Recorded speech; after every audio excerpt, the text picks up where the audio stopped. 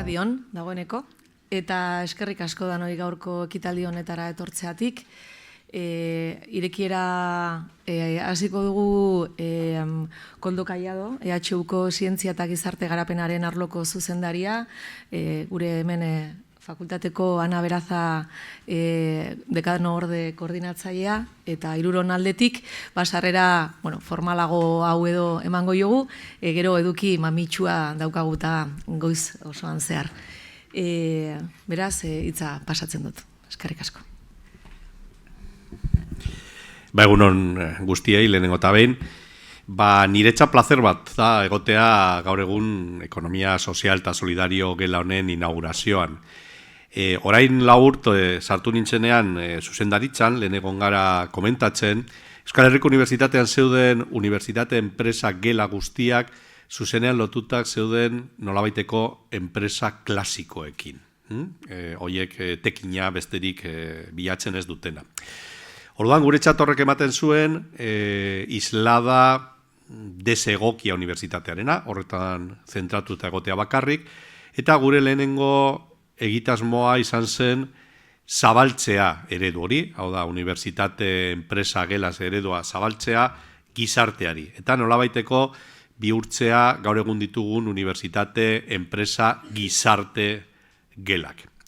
Eta horretan sartu ginenean gure ideia, lehenengo ideia izango zen, buelta bat emoteko, garrantzitsuena izango zela, hirugarren arloko sektoreko enpresekin hitz egitea, eta ia posible jadanik existitzen ziren kontaktuak Euskal Herriko Unibertsitateari, gauzatzea gela batetan. Horretarako, zuzenean joan ginen Carlos Askunze, aspaldiko laguna dena, eta berarekin bildu ginen Reaseko jendearekin ere, Bilbo Zaharreko egoitzan planteatzeko noraino jadanik existitzen ziren elkar lan horiek bihurtu ziteken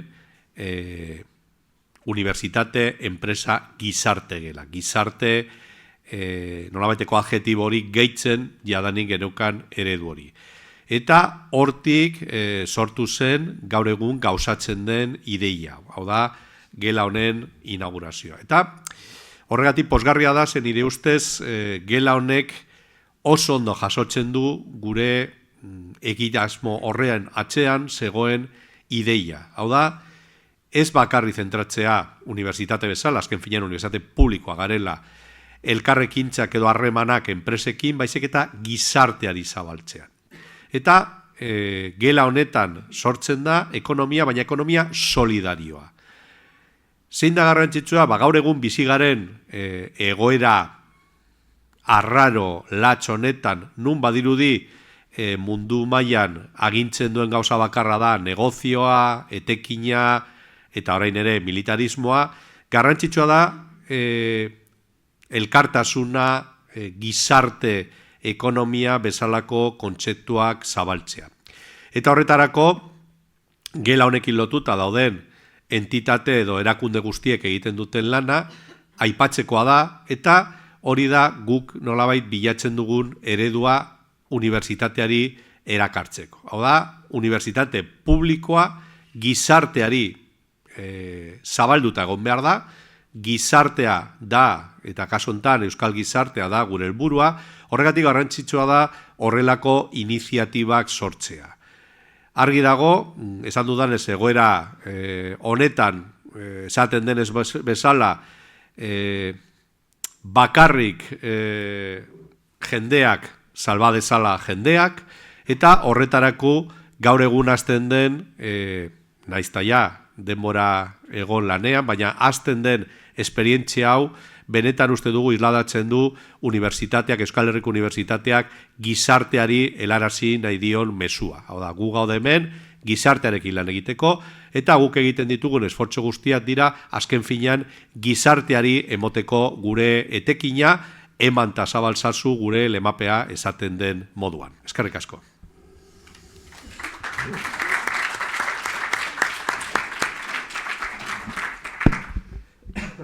Eskerrik asko, Koldo, eta eskerrik asko bertaratu zareten guztioi.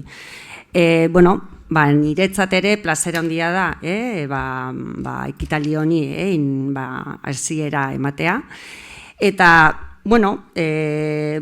gaur goizean burura etorri zait, Julen Izagirre nire bulegora etorri zenean, Julen da nire lankidea, eta baita Gezkiko idazkaria, eta komentatu zidanean, aberana, hitzarmena sinatu nahi dugu Riasekin, eta Koldokin komentatu dut, burokrazia handia daukagu aurretik, eta uste dut, hauren komentatu dugu, urtebeteko prozesua izan da, baina, azkenik, eskerrik asko, egin dezun aleginagatik, eta dana hor atzian egoteagatik, eta azkenean, hitzarmena ja sinatu zen. Hori alde batetik, bestalde, eskerrak ematea, Reaz, eta baita errektore ordetzatik.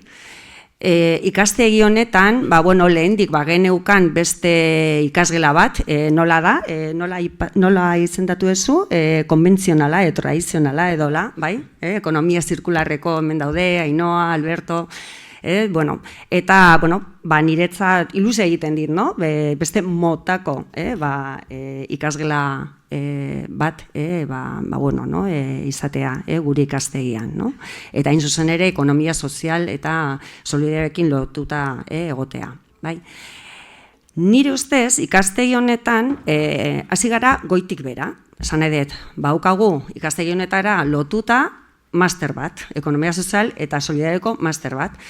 Azken aldian, inauguratu genuenean masterra komentatu genuen, ze akatzak dauden, hasi gara master batekin, baina detektatu dugu eta identifikatu dugu, gure graduko ikasleak, ikasleak ez dute ulertzen ondo zer da ekonomia soziala, zer da kooperatiba bat, eta hola, orduan identifikatu dugu, hori zeharkako modu batean, edola, hori, gertutatu behar dugu ekonomia soziala eta solidarioa guri ikasleetara, bale? Horreta gabiltza, nik uste dut ikasgela honen helburu nagusia edo funtzio bat, edo, ez dakit, funtziotariko bat izango dela, gure ikaslei, mundu hau eremu hau gerturatzea.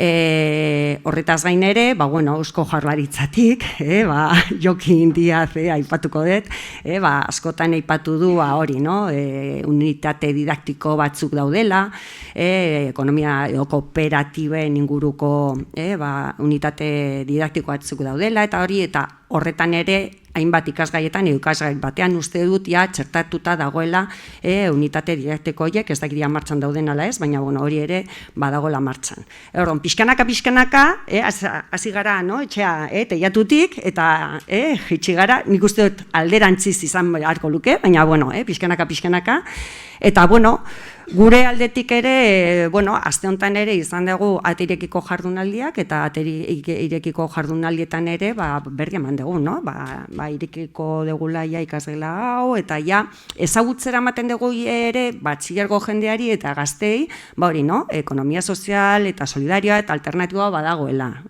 Eta nik uste pixkanaka, hori bere fruituak izango dituela. Eta ya está. Vale, eskerrik asko.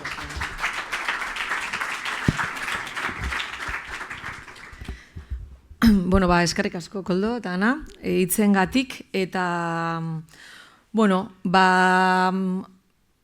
ja aipatu duzu teiatua, eta, beste elementu batzuk nik ere aipatu nahiko nituzke sarrera honetan, erakunde sozioekonomiko eta juridikoak balio eta eraldaketa soziala sor dezakete. Nola baite, hori da oinarri horretan, aipatzen duzun oinarri horretan jartzen duguna, eta bokazio horrekin irikitzen da, esigela, bereziki, ez da? Sorkuntza horretan ibilbide honetan sortzeko eragile desberdinak egon dira, Reaz aipatu duzun bezala, olatuko bere hitzarmenean sartzeko bidea egiten ari gara, eta beste hainbat eragile, gaur hemen zaudetenak, eta beste batzuk etortzeko aukerarik ez dutenak izan, baina baita ere bide honetan, noski, badala bide kolektibo bat, eta hori oso presente daukagu baita ere Egoa eta Gezki EHUtikan gela honetako sortzaileen artean. Bueno, nik aipatuko nituzke, teilatua aipatu duzu, oinarriak aipatu ditugu, eta nik beste bi elementu aipatuko nituzke, bereziki ikaslei begira. Dala, gela hau egoteko, zentzua dauka, zuek baldima zaudete ikasleak, ezta? Eta bi elementu nagusi horiek dira, batetikan ibilbidea,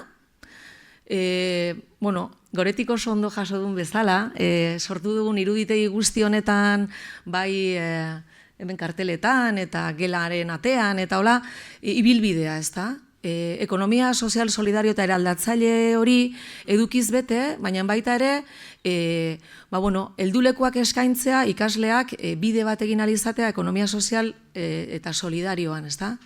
Eta posible da, bai, posible da.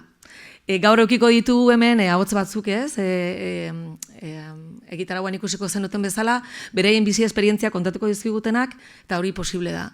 Eta gure asmoa da hori posible egiteko heldulekuak ematia. Tailerrak, formazioak, grado mailarako lanak, praktikak, bekak, edo ikasleak modu proaktiboan etorri eta eskatu, bai? Horretarako dago esiko atea ere bai. Ibilbide hori egiteko, ez da? Eta gero beste elementu bat, aipatuko nuke dela zubia, bai? Zubiak baita ere, ez pluralean, azken finean. Eta zubi horiek badira, ekonomia sozial eta solidarioko eragileak eta ikasleen artean eraikitzekoak. Ibilbide horiek posible egiteko, ez da?